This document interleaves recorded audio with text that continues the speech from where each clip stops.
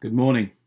The current pandemic and all of the problems associated with it, including the tragic deaths of so many, the pain of loss and separation, the stress of isolation, worries about jobs and money, as well as concerns about when anything will, if ever, begin to change, causes us all a great deal of anxiety.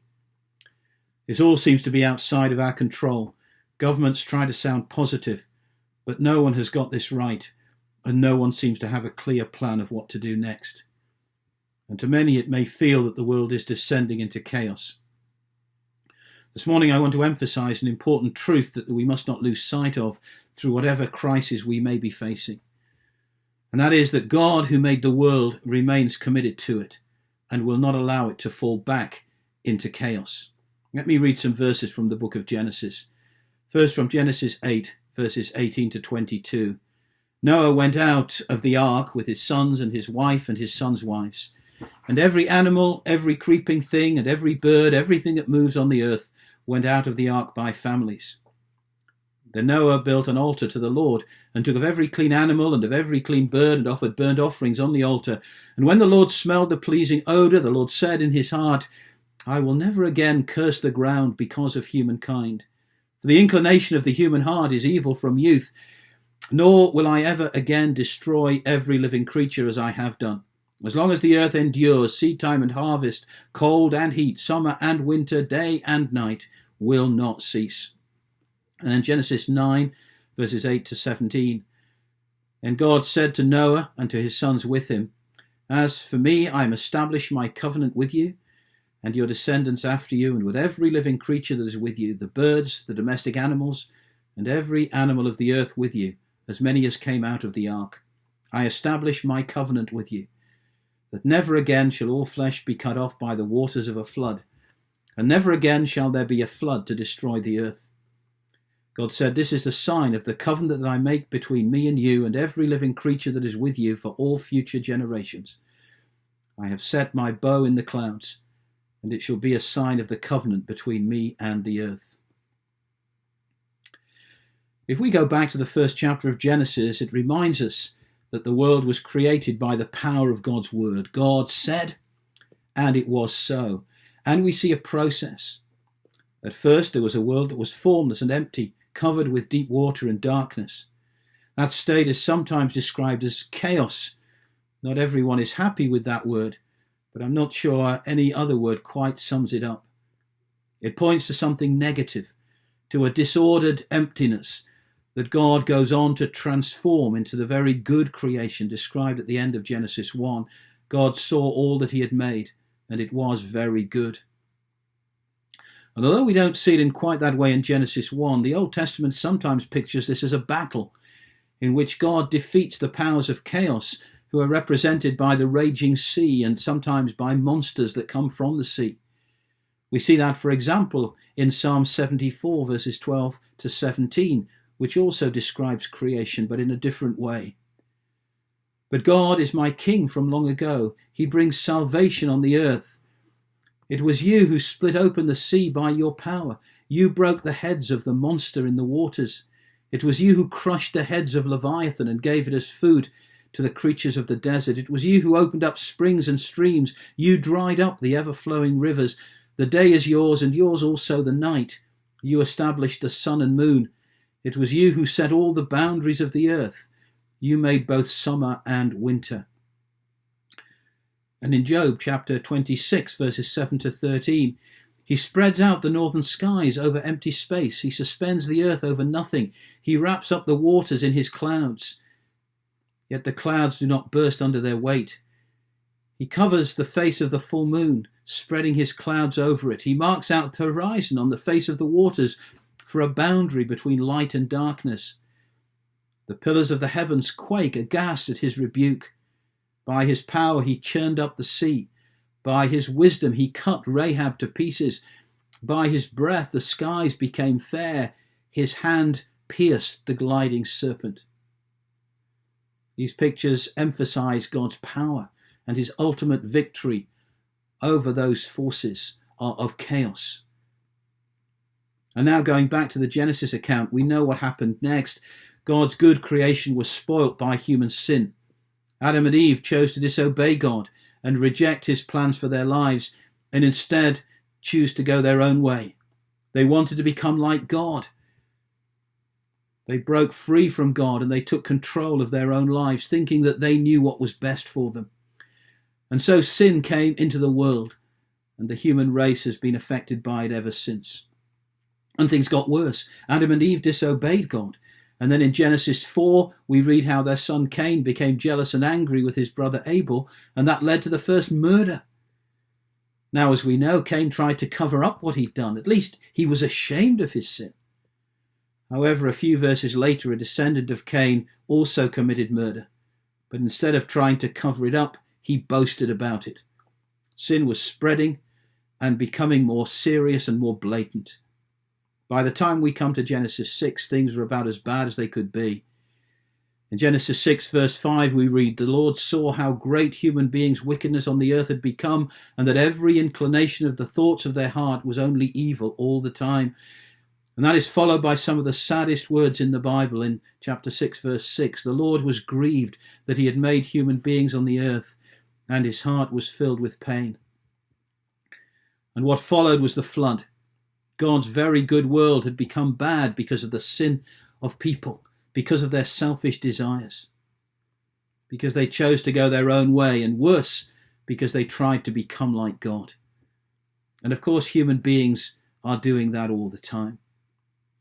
Even in the story of the flood, though, we see God's grace. God could have just given up and started again, but he didn't. And that's where we see the commitment that he has to what he has made. He feels pain about the state of his world and about the desperate spiritual condition of human beings. He is concerned about them, and that concern is seen in the way he didn't wipe out the entire human race, but preserved Noah and his family. And we see it too, looking much further forward, in that God has provided a way, ultimately through Jesus, to deal with sin and open the way for forgiveness and a real and deeper fellowship between God and humankind. But that comes later. The flood is like a return to something like the state of chaos that existed before God created order. Sin had undermined God's order for the world. The waters that had been pushed back when God brought order out of chaos are allowed to return. And that's the kind of thing that sin does. It undermines God's work. It spoils what he makes good. It challenges his authority. Of course, God remains in control. He sent the flood. But there's also a sense in which this is the natural result of sin. It is God and God alone who can bring order out of chaos. But when people choose to go their own way and to live without God, they choose a world that is not sustained by God, a world without the order that he brings. In a word, they choose chaos. And that's what we see here. The people do not want God, so God withdraws his sustaining hand, and the waters of chaos return. And this happened throughout Israel's history, most significantly when the people of God were defeated by enemies and taken into exile. In particular, Jeremiah uses exactly the same words that we find in Genesis 1:2, formless and empty, to describe coming defeat and exile at the hands of Babylon. And many might feel that we're living in that kind of world today, a world in which God has withdrawn his hand, and as a result, chaos and disorder reign. And that brings me to what I've taken as my text. After the flood, God made a covenant with Noah and with all of creation. He renewed his commitment to the world that he had made, and he made a promise. "I establish my covenant with you," he says. "Never again will all life be cut off by the waters of a flood. Never again will there be a flood to destroy the earth." And God gave the rainbow as a sign of that commitment. Now, does that just mean that the next time God will choose some other way to destroy the earth? Fire? Nuclear holocaust? Global pandemic? I don't think so. God's promise is meant to bring hope and assurance. And just to say that he won't do it that way again is not very hopeful or reassuring. So it must mean something else. And to see its real significance, we need to think again about what those waters represent. Chaos. And what God is promising here is that he will not again let the powers of chaos envelop the world and the people in it. God is committed to maintain his world. That's what we see too a few verses earlier. As long as the earth endures, seed time and harvest, cold and heat, summer and winter, day and night will never cease. You see, even after the flood, there was a problem. When the waters eventually receded, it was like creation all over again. God's renewed victory over the monsters of the deep. God again bringing order out of chaos. Noah was like a new Adam. And there was the possibility of a brand new start, except for one thing. Sin was still there. And as we see in the rest of Genesis 1 to 11, it continues to get worse, right up to the Tower of Babel, where human beings didn't just want to become like God, they wanted to control God. Because of sin, there is the possibility of the flood or something like it being repeated over and over again. If God chooses to leave the world to its own devices, chaos will return. That's the kind of world we deserve, by choosing to ignore God and live without him. That's the road human beings are choosing to take.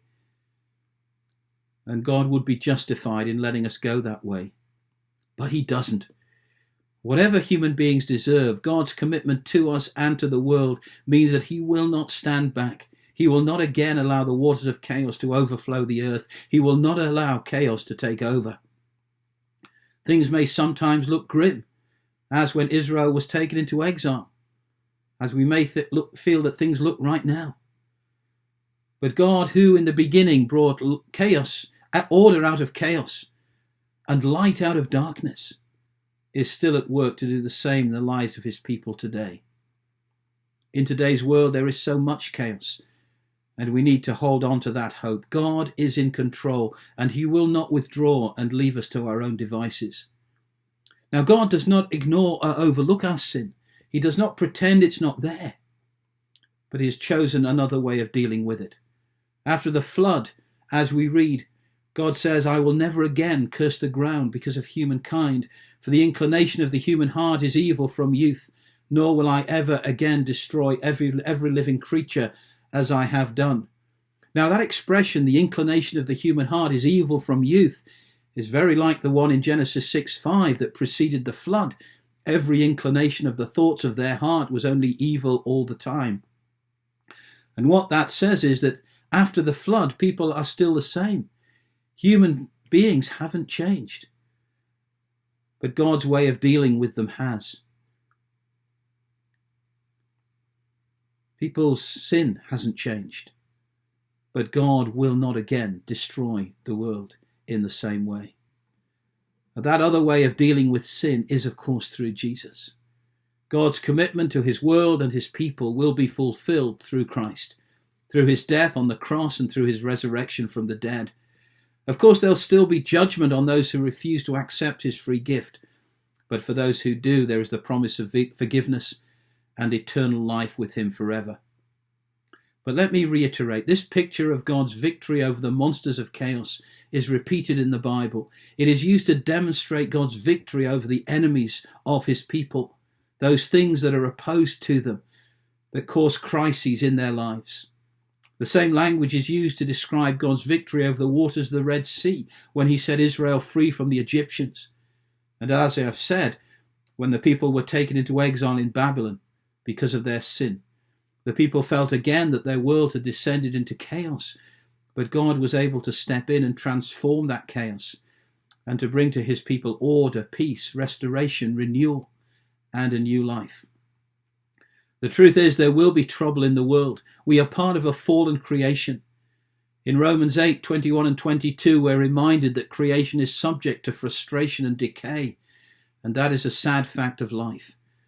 We see it on those occasions where chaos appears to rear its head. We may feel we're seeing it today in the COVID-19 pandemic. But it's something that's been evident throughout human history, resulting in national, international, as well as personal tragedy. But that same passage in Romans 8 goes on to give the reassurance that in all things God works for the good of those who love him, who have been called according to his purpose. That world may be fallen. It may be subject to frustration and decay. It may groan, but through it all, God is in control. He is more powerful than anything we might fear in the world. He has not surrendered his power and authority. He has not and will not renege on his promise and will not allow the world to fall back into chaos. Things may look bad. We may face crises. We may face tragedy. But God is in control and he is with us in every situation. And this picture of God's victory over the waters and monsters of chaos in the beginning also points to the future. God is at work in the present, bringing light out of darkness, life out of death, hope out of despair. There will come a time when that victory will be seen over every power that opposes God and his people. And when, as at the beginning, there will be a glorious new creation. When, as Paul says, the creation itself will be liberated from its bondage to decay and brought into the freedom and glory of the children of God. That victory is heralded in the Old Testament, but is finally made possible through Christ's victory on the cross. We have begun to experience that, but it's not yet fully revealed. We still live in a fallen world. We still face problems and crises, but the victory has been won. And that gives us hope for the present and for the future. Hope of a new creation. Hope of ultimately sharing the glorious future that Christ has won for us. And in the light of what is to be, we go on to trust him and live for him in the present. God bless you all. Amen.